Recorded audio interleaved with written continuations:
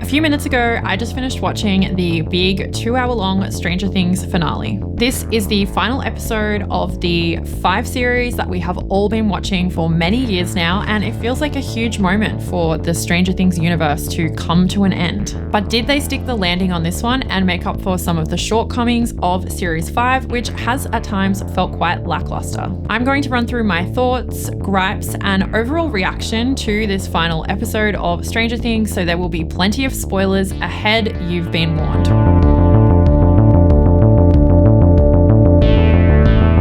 Okay, so straight off the bat, this was very underwhelming if I was to give it one word.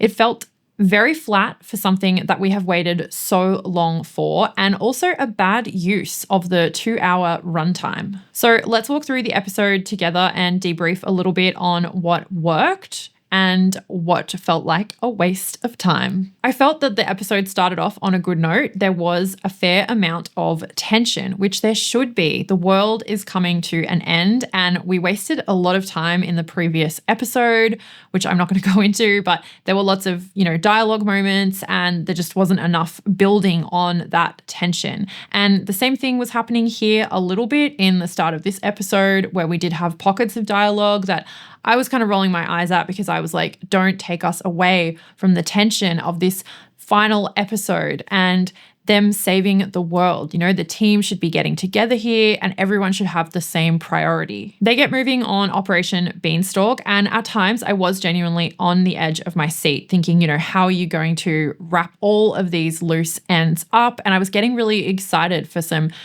big battles, thinking about, who is going to die possibly. So many questions were running through my head. So I was really, really genuinely excited for this, and I was really hoping that they were going to kind of ramp it up to 11 here, because we have, no pun intended, 11, because we have been kind of left twiddling our thumbs a little bit in the other episodes of season 5. The first thing that frustrated me was the return to the soppiness that we have seen in this season. So everyone is making their way up the tower.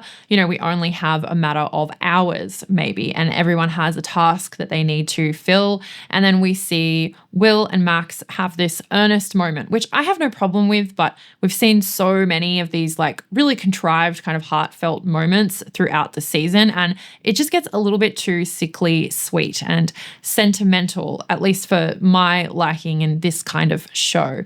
And, he felt the need to again mention the coming out that I think felt a little bit over the top in the last episode. It's obviously been a part of his story arc for a long time. I have no issue with it, but I think the way it was done was a little bit over the top and it was a little bit drawn out. And then it gets mentioned again right at this crucial point, and it takes us out of the urgency and the tension of trying to save the world. My next issue was how much we sped past the moments that felt like they were really pivotal and we'd been waiting for them for such a long time.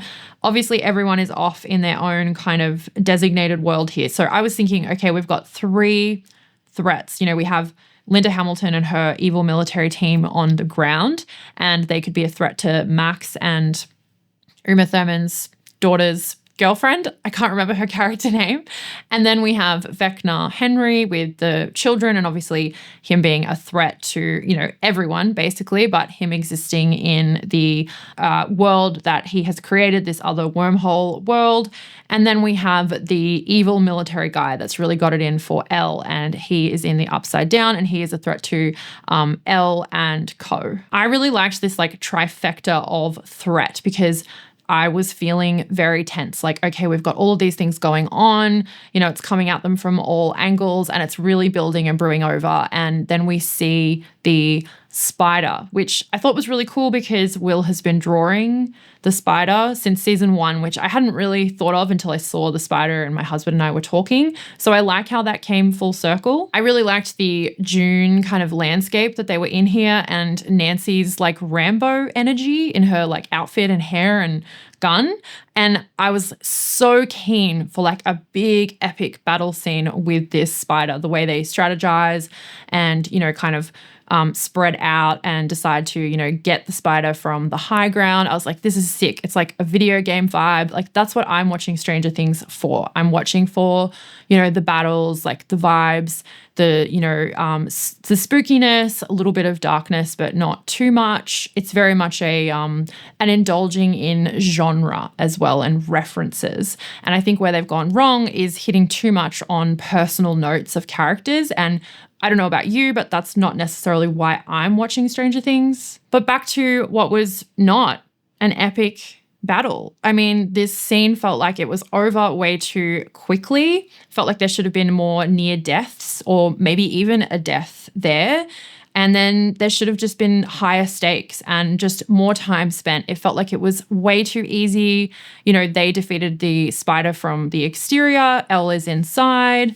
And then from there, I was like, okay, so everyone's fine, basically. Releasing Holly, everyone's back together. And I felt like, okay, you are lulling us into a false sense of security here to then flip on us because there will be another roadblock, which there 100% was with Linda Hamilton when they leave the Upside Down and they enter Hawkins, like real Hawkins. They're waiting there. So I was like, okay, here we go. Here's the next threat, the next roadblock for them to overcome.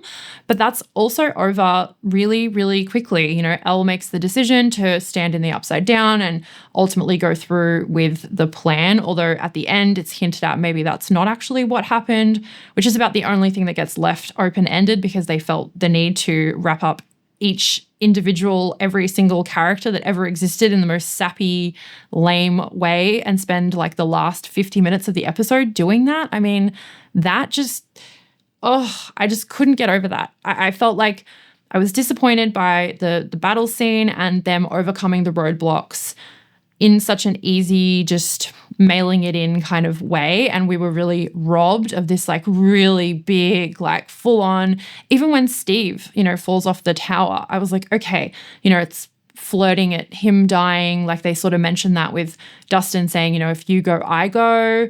So I was like panicking, but then, Jonathan just pulls him up so easily with like one hand and, that's it. And they have some sappy dialogue when they're entering into that like June kind of landscape. So it just all felt like lame, disappointing, like underwhelming. And I really thought in this episode that they were going to really bring it. Going back to seeing Elle disappearing, whatever it is that is happening here, I'm not sure if she is dead, alive, existing somewhere, will we ever find out? I don't know.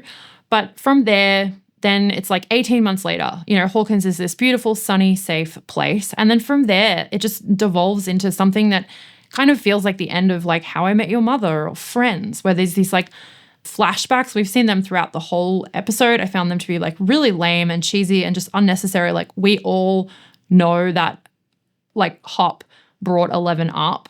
We remember that huge part of the story. We might not remember, smaller details, but like we remember those big plot lines. We know that Max and Elle fell in love and have been together. We don't need these like flashback like vignettes to remind us. It just made it feel so like daytime TV or kind of like sitcom-y. I don't understand why they chose to do that. And then back in Hawkins, I pulled the remote out because I clicked to see how much time we had and I was like, man, we have like, I think it was about 50 minutes or maybe it was a little bit less than that. And I was thinking, surely there'll be like something else is going to like pop up, but we are wrapping up here. So are they going to do that? And instead they just spend so much time on each individual character or the couple, Joyce and Hopper like getting married. Like I'm sorry, but I don't really care about that. I care about Hopper and Elle, because I'm invested in like their sort of relationship. And obviously I want Joyce and Hopper to be together, but it's not really why I'm watching Stranger Things. That feels more like something that needs to be wrapped up in like an adult drama. I don't think anyone is watching Stranger Things for like the development of their relationship and whether they get married and move to the beach or not. Just like no one cares, waste of time. And then we have the scene of, the older kids, Nancy, Jonathan, Uma Thurman's daughter, Robin, henceforth to be known as Uma Thurman's daughter, and Steve. And I just felt so like they're just reading the lines, like the dialogue is so bad, which I feel like that this has been the worst season for dialogue. A lot of the problems that season 5 has suffered is just bad writing, I think, just generally. And that is normally the answer for when a TV show or a movie kind of just falls flat. I think another problem here for me, just generally with Stranger Things as it has developed, is that the children have gotten, they're not children anymore. They've gotten too old And I think that a lot of them have grown out of this role and they do feel like they are mailing it in to an extent. And, they probably are feeling a little bit sick of it maybe, or they feel like grown out of like this character. And it's also very hard to view them like we did in the first couple of seasons. One reason being, at least for me, I felt a lot more protective of them and invested in them and like a lot more like just tense in general, hoping, that they would prevail and be safe and win and all of that because they were so little. And, as soon as they're over kind of like, 12, I'm just like, especially when they're like actually, 30 or something in real life and they're playing like 18-year-olds or however 16-year-olds, it's like I just don't have that much. I don't have that protective feeling over them. I noticed that I did over the 12 kids that get taken, even though we don't really even know much about them, just by the nature of them being smaller children. I felt like the show worked a lot better when it had that age character. I also really struggle with Millie Bobby Brown. I feel like she's been really, really super flat this whole season and maybe she's over it. I also can't really be there with her being 11 because we've seen so much of her flourish as a person outside of the show, which obviously she is allowed to do, but selfishly, I would prefer it if there was like some kind of embargo on her personal life until Stranger Things was over, because all I can think about are like interviews I've seen with her and how she's actually British and she has lip filler and she has a baby now, and it just takes me out of 11. I've done a fair amount of negging on Stranger Things, and I'm not like a super fan of it by any means at all. I'm not an expert, and I do find that the time between the seasons is always hard because you're trying to, reorientate yourself as to like what happened and where you're at with these characters. But I have really enjoyed the earlier seasons in the past. So in terms of this season and, this final episode and it wrapping up in general, I really liked the way they humanized Vecna or Henry.